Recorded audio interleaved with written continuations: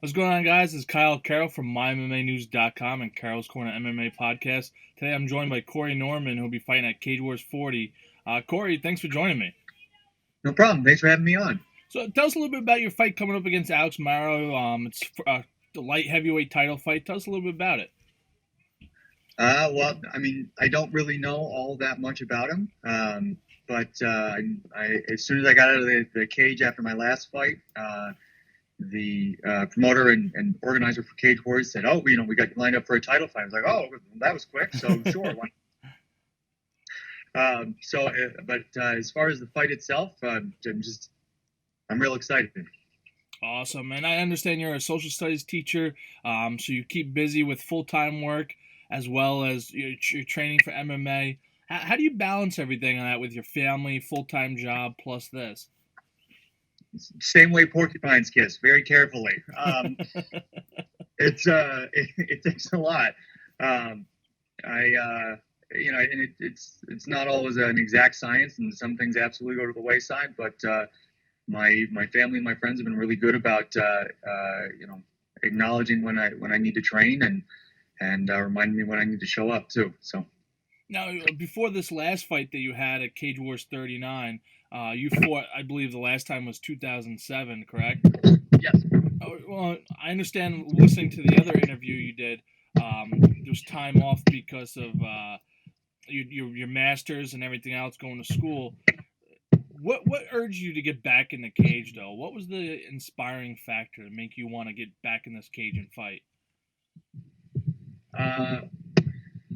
Bunch of things. I wasn't getting any younger. I realized that the winning to do what I think I'm capable of is getting closer and closer to being closed. I've been stringing together some pretty good victories in grappling championships. My body was holding together. I was getting stronger. I was working with a nutritionist, was Pagelia, and she was helping me out with cutting down some of the weight, and also helping with some of my hypertrophy training. And I was seeing a lot of really good results from that, so I was getting stronger from that. So I kind of tied all of it together and decided that I might as well try to get back into that. I switched gyms, and the stars seemed to kind of align, and I wanted to get back out there. Oh, what gym are you currently training at right now? I'm sorry, say that one more time. What gym are you currently training at right now? So I'm the head mixed martial arts instructor at Orchard Park Martial Arts. Okay. Down in Orchard Park, New York. Awesome, and then that's not too far from the Bills Stadium, right? No, it is not. Awesome.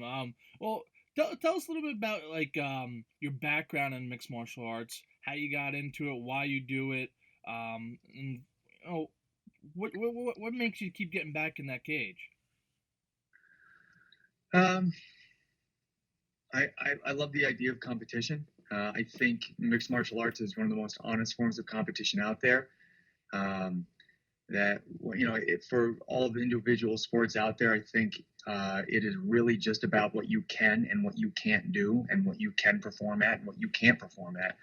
I think the litmus of being able to test yourself in today's society is few and far between. I think MMA is one of the few honest ways of doing that today. Now, being a teacher, and just hearing the other interview, you said you teach from 7th to 12th, correct? Correct. Do any of the students know that you fight and you're competitive inside the cage? Yes, they do. All of my classroom seems to have Facebook and Instagram stalkers, so I can't really hide that too much. I'm sure they'll find this interview too. So. Well, do you have any pushback from the teachers, other teachers, or administration at all about you competing on doing a sport like this? I don't know if you ever seen the movie Warrior, but the guy gets suspended for competing in the parking lot. You're doing a little bit. You're not fighting in a parking lot at a strip club, but No. Any pushback for it?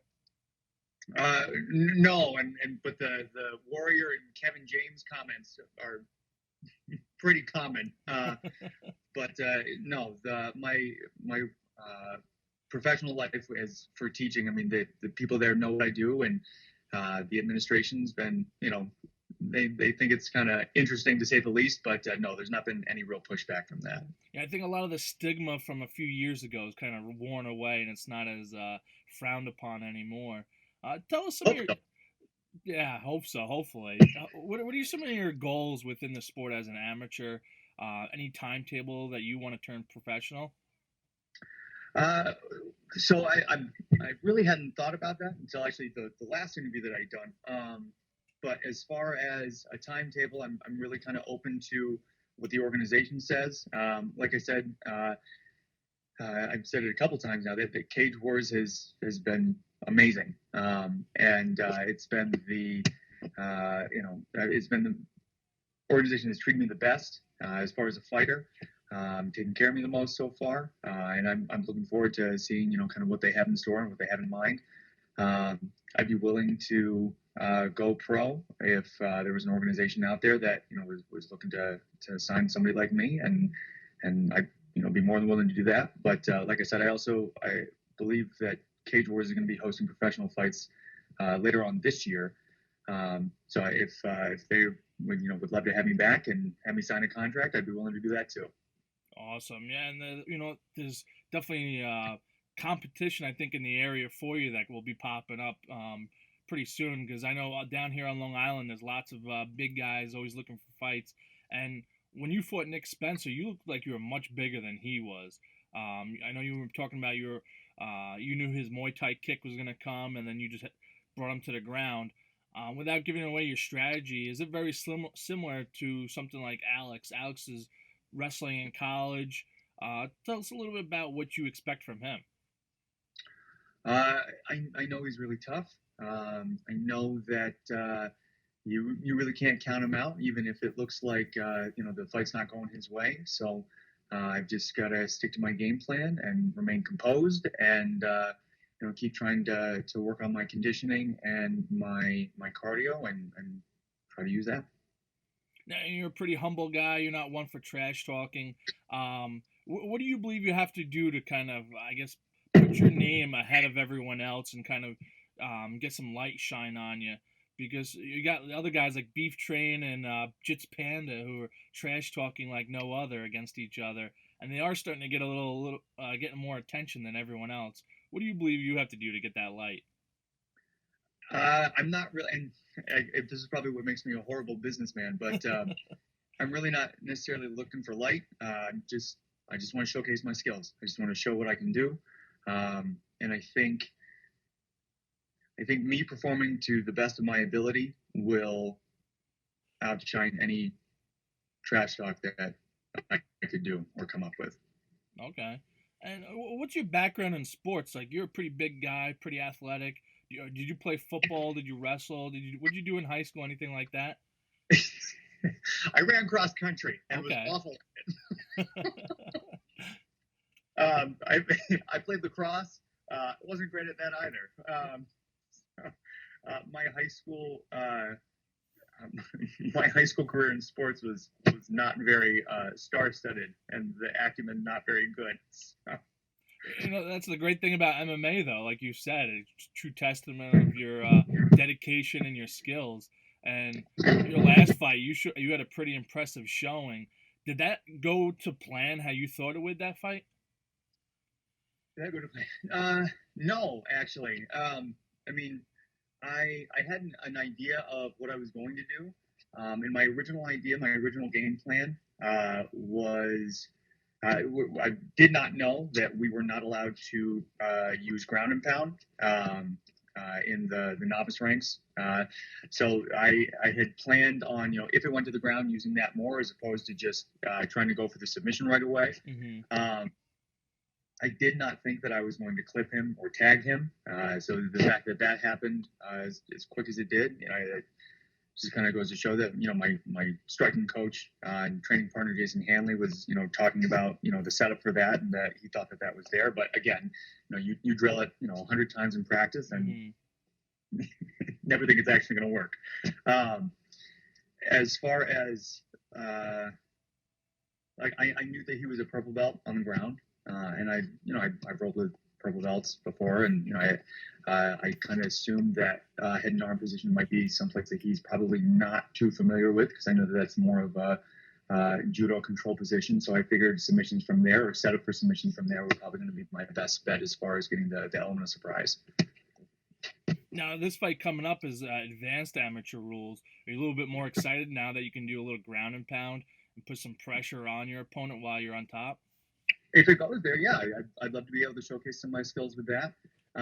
Like I said, I'm really not tied to any kind of set way for the fight to go or to finish. I think that the way that I had it written up the other day was that I have probably 3 or 4 different scenarios that I can use. So if one game plan doesn't seem to be working, I can go to contingency plans and go based off of that. Awesome, man. How many times would you like to fight this year? I know you said you're waiting on the opportunities present themselves from the promotions. Cage Wars, though, is scheduled to have 5 events this year, including Cage Wars 40. If possible, would you like to fight all 5 of those events? Yes. Okay, cool. So you want to get in there as much as possible. What's one thing about you that nobody knows but you'd like to share with everyone? One thing about me that nobody knows. Lord. I've had a guy on here who couldn't ride a bike at 32. Someone who said they can't swim. My Lord. Yeah. I'll say that. Let's see. Black belt in jiu-jitsu, but couldn't ride a bike. That's impressive for its own right. Regardless of probably any medal or award that I ever get or receive, I will probably always be proudest of the cauliflower ear that I got. How much did that hurt? I'm sure you get like questions from the students / other teachers that you work with. It's the setups and punchlines vary, but it's fun to play with them with. I shot in on a UB wrestler, and he was probably 260, and he just his pelvis just connected right with my ear, and I felt it click right away, and I was like, oh, that'll be bad.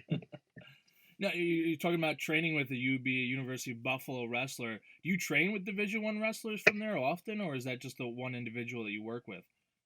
I mean, I've had several individuals come down who were really good high school wrestlers, really good college wrestlers. I've had guys who've come down from, who used to work with Gene Mills out of Syracuse, and I've worked with them. I've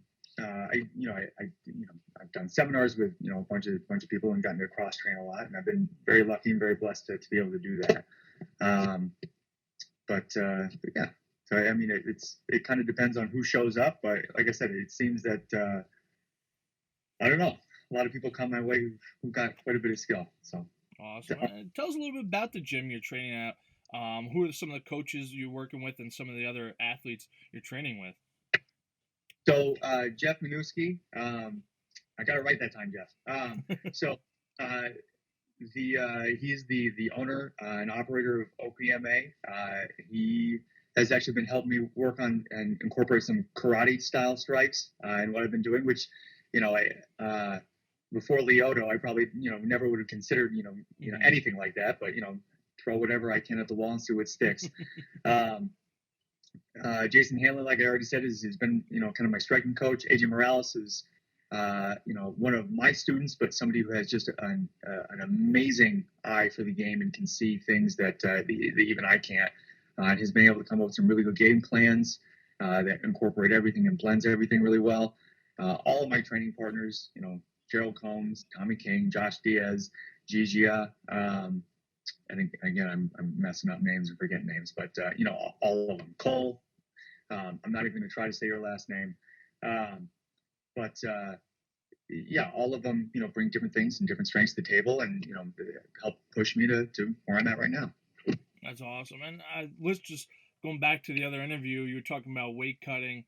They were asking you about that. You said you were down to about 218-ish when you did the interview with them.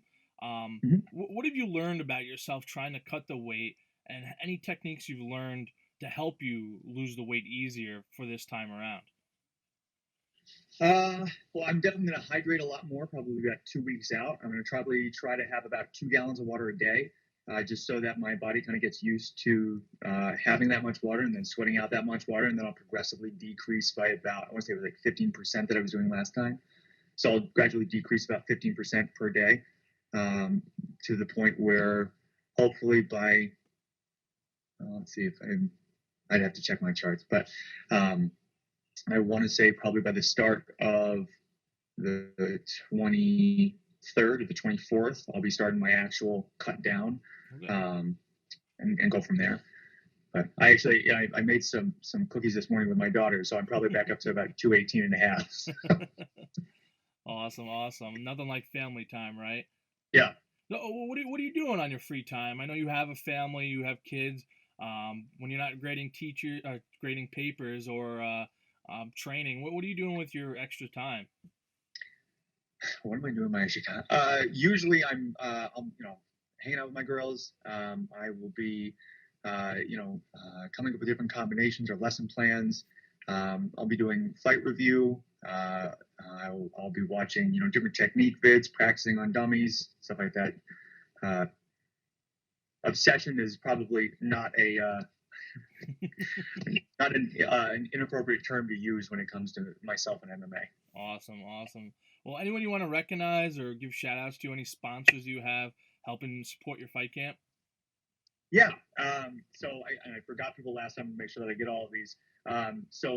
Seneca Ridge Dental, Julie's Pizza, Three Dog Barber. I am going to forget people. OPMA, obviously. Doc Sullivan's, that's the big one. Doc Sullivan's is a bar in South Buffalo that has been pretty good to me, and I believe we'll be showing the fights on fight night, so that's kind of cool. Awesome. And Fit Dreams clothing line. Hopefully, I'm going to have some of their new swag. I'll be walking out to the cage in, so nice. Shout out. Awesome. Well, Corey, I appreciate you coming on. I'll have the privilege of calling a fight alongside Will Barry. I'm looking forward to seeing you get in there. You're definitely one of the top prospects, I think, in the area, and probably all of New York in the weight class. Looking forward to see what you do inside the cage again and what the future holds for you in the sport. Yeah, I'm looking forward to it. And thank you again for having me on the show. Thank you. This is Carroll's Corner MMA podcast with Corey Norman, fighting on Cage Wars 40 on February 9th. Make sure you get tickets. Go there. The Rivers Casino and Resort in Schenectady, New York. If you can't, they'll be streaming live, so make sure you pay attention for the broadcast. Otherwise, Corey, thanks for joining me, and have a good day. Thank you very much.